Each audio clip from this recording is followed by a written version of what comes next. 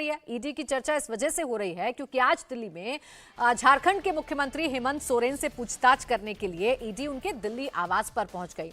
Money laundering मामले में झारखंड के सीएम और जेएमएम के कार्यकारी अध्यक्ष हेमंत सोरेन से पूछताछ होनी थी, लेकिन ईडी को उनके आवास पर हेमंत सोरेन नहीं मिले हैं।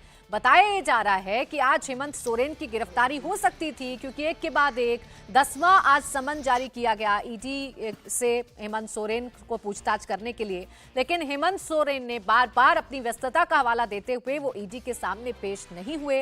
इसीलिए माना जा रहा है कि आज हेमंत सोरेन की गिरफ्तारी हो सकती है, लेकिन फिलहाल हेमंत सोरेन है कहां ये अभी तक जानकारी नहीं मिल पा रही है। उनका जो चार्टर्ड प्लेन है वो एयरपोर्ट पर खड़ा हुआ है, लेकिन वहां भी हेमंत सोरेन नहीं है। ईडी जब उनके दिल्ली आवास पर पहुंची तो वहां भी हेमंत सोरेन की कोई जानकारी नहीं मिल पाई है। अब कहां है हेमंत सोरेन, ये सबसे बड़ा सवाल बना हुआ है। हमारे साथ अतुल भाटिया मेरे सहयोगी जुड़ गए। अतुल, क्या जानकारी आपके पास? ईडी उनके आवास तो पहुंच गई, लेकिन हेमंत सोरेन कहां पर हैं, क्या ये जानकारी हासिल हो पाई अभी तक? देखिए प्राची, परसों रात को जो हेमंत सोरेन है वो झारखंड से दिल्ली आते हैं और चार्टर्ड प्लेन से वो दिल्ली आए थे। वो जो चार्टर्ड प्लेन है वो अभी भी जीए टर्मिनल यानी कि दिल्ली का जो जनरल जो एविएशन टर्मिनल है वहां पर वो चार्टर्ड प्लेन जो है स्टेट चार्टर्ड प्लेन खड़ा हुआ है। आज उसका डिपार्चर था, लेकिन मुख्यमंत्री हेमंत सोरेन जो है वो एयरपोर्ट नहीं पहुंचे और हमें जो जानकारी दी है ईडी जो सूत्र है कि वो जो डिपार्चर था उसका शेड्यूल आज का कैंसिल कर दिया गया है। 3 ठिकाने हैं हेमंत सोरेन के यहाँ पर, क्योंकि परसों रात को वो यहाँ पर पहुंचे थे। पहला जहां पर मैं खड़ा हूं ये शांति निकेतन 5/1 शांति निकेतन है, जहां पर जब भी दिल्ली आते हैं मुख्यमंत्री झारखंड से तो वो यहां पर पहुंचते हैं। इसके अलावा जो एक आवास है वो मोतीलाल नेहरू मार्ग पे है, जो कि उनके पिता शिबू सोरेन के नाम पे अलॉटेड है। तीसरा झारखंड भवन और इसके अलावा जो मोतीलाल नेहरू भवन है वहां पर भी सुबह ईडी की टीम पहुंची थी, लेकिन मुख्यमंत्री वहां नहीं मिले। इसके जो रिसेप्शन था झारखंड भवन का वहां पर भी ईडी की टीम ने यह पूछा कि आखिर मुख्यमंत्री यहाँ पर है, तो वहां ये बताया गया कि मुख्यमंत्री यहाँ नहीं है। ईडी की टीम 7:30 बजे शांति निकेतन के इस घर पर पहुंची थी।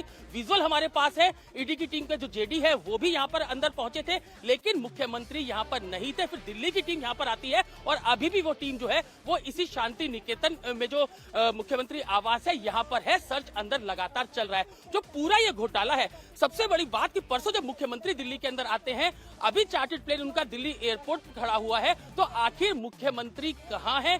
ईडी ये कह रही है कि हमारे पास नहीं है। आखिर उनकी लोकेशन क्या है? कल हमें ये पता लगा था कि जो वरिष्ठ वकील हैं उनसे उन्होंने मुलाकात की थी, जिसमें कपिल सिब्बल है, इसके अलावा अभिषेक मनु सिंघवी है। उनसे जो है वो मुलाकात शिबू सोरेन ने की थी, क्योंकि उनको लीगल एडवाइस अपने पूरे केस के अंदर लेनी थी। कुल मिलाकर प्राची, अब तक इस पूरे मामले के अंदर जो जमीन घोटाला है, अब तक एक आईएएस अफसर समेत 14 लोगों की गिरफ्तारी हो चुकी है। हेमंत सोरेन के ऊपर गिरफ्तारी की तलवार लटकी हुई है। लास्ट जो पूछताछ है हेमंत सोरेन से वो 20 जनवरी को हुई थी।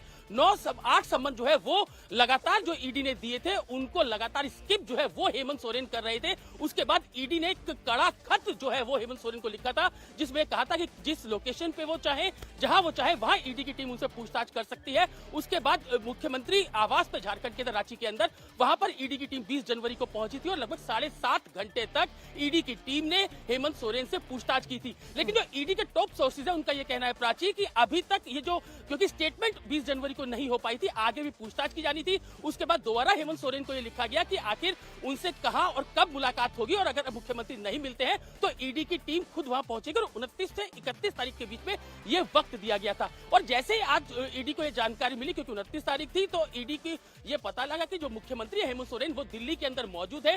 जो 3 ठिकाने मुख्यमंत्री के हो सकते थे, क्योंकि कोई भी संपर्क हेमंत सोरेन ने ईडी की टीम से नहीं किया था। तीनों ठिकानों पर ईडी की टीम पहुंचती है। ईडी की टीम को अभी तक मुख्यमंत्री हेमंत सोरेन नहीं मिले हैं। चार्टर्ड प्लेन उनका दिल्ली एयरपोर्ट पे जीए टर्मिनल के ऊपर खड़ा है। हेमंत सोरेन 3 ठिकानों पर नहीं है, वो एयरपोर्ट भी नहीं पहुंचे हैं, झारखंड वापस गए न गए इसके बारे में भी कोई जानकारी नहीं है। अभी ईडी के जो अधिकारी हैं वो अतुल क्या बता रहे हैं? अब आगे क्या? हेमंत सोरेन आखिर कहां चले गए, इस बारे में अब आगे क्या जानकारी मिल रही है?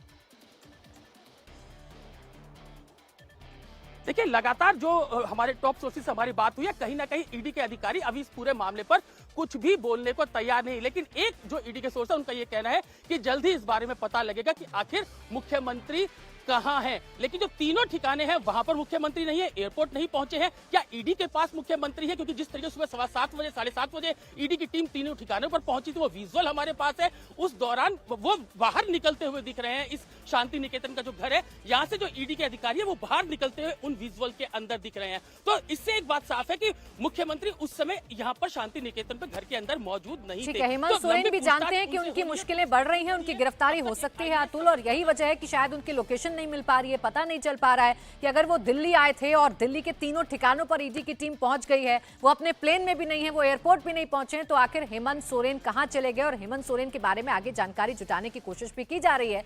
अब राहुल जी, हेमंत सोरेन कहां है? अब तो यही सबसे बड़ा सवाल बना हुआ है। जब आपने कुछ किया नहीं, आप सिर्फ ये कहते हैं कि ईडी पॉलिटिकल मोटिवेटेड तरीके से काम कर रही है, तो फिर ऐसे भागने या आंख बिचोली खेलने की जरूरत क्या है? देखिए, मुझे लगता है कि 20 तारीख को जो पूछताछ हुई थी रांची में हेमंत सोरेन से ईडी की, उसमें ईडी को कहीं ना कहीं ये लगा था कि किस तरह से वहाँ पॉलिटिकल दबाव जो है अपने कार्यकर्ताओं के जरिए, बाकी सब चीज़ों के जरिए टीम पे बनाया जा रहा था। वहाँ घर के बाहर भीड़, ये सब जो जिस तरह का दबाव बनाया जा रहा था, तो ईडी ने कहा था कि हमें 31 तारीख तक दोबारा पूछताछ करनी है। तो रांची जाके जिस तरह का अनुभव ईडी की टीम को हुआ था, मुझे लगता है कि उनको एक अपॉर्चुनिटी दिखाई दी कि दिल्ली में जहां पर जो है इस तरह की हरकतें नहीं की जा सकती, वहां पर वो अच्छे से जो है हेमंत सोरेन से पूछताछ कर सकते हैं। लेकिन क्योंकि ईडी की टीम, मुझे लगता है कि ऐसा तो है नहीं कि उन्होंने हेमंत सोरेन को ये बोला था कि इस वक्त आप इस वक्त यहाँ पे मौजूद रहें, ऐसा तो नहीं कहा था। तो मुझे लगता है कि वो हेमंत सोरेन उसी का फ़ायदा लेकर अवॉइड कर रहे हैं पूरी चीज़ को। लेकिन इस मामले में जिस तरह का ये मामला है कि रांची में जिस तरह से 8 कुछ एकड़ की ज़मीन जो है वो खरीदी गई, और किस तरह से उसका पैसा जो है वो ये माना जा रहा है, ये आरोप लगाए जा रहे हैं कि वो खनन के ज़रिए जो रिश्वत का पैसा आया, उसके ज़रिए ये आरोप लगाया गया कि उसके ज़रिए ये खरीदी गई। इस मामले में मुझे लगता है कि हेमंत सोरेन काफ़ी फंस चुके हैं और उनकी मुश्किलें जो हैं अब ये बढ़ने वाली है। और आज जो ईडी की कार्रवाई है, शायद ऐसा लगता है, जिस तरह से अलग अलग जगह पे ईडी उनको खोज रही थी, तो ऐसा लगता है कि ईडी जो है इसमें आगे की कार्रवाई करने के मूड में है। यानी गिरफ्तार भी हो सकते हैं हेमंत सोरेन, उनकी जो मुश्किलें हैं वो बढ़ सकती हैं। अब हेमंत सोरेन कहां हैं और हेमंत सोरेन पर आगे ईडी का शिकंजा कैसे कसता है, तो आने वाला वक्त ही बताएगा। लेकिन फिलहाल बड़ा सवाल ये खड़ा हुआ है कि क्या इंडिया अलायंस में सीट बंटवारे को लेकर मामला अभी तक उलझा हुआ है। खासकर यूपी की अगर आप बात करें तो क्या यूपी में अभी भी सीट बंटवारे को लेकर मामला उलझा हुआ है? क्या मामला सुलझ पाएगा? क्या 11 सीट से अखिलेश के फॉर्मूले को मान लेगी कांग्रेस? क्या नीतीश ममता के बाद अब अखिलेश होंगे अलायंस से आउट? इस पर डिटेल में होगी बात इस ब्रेक के बाद।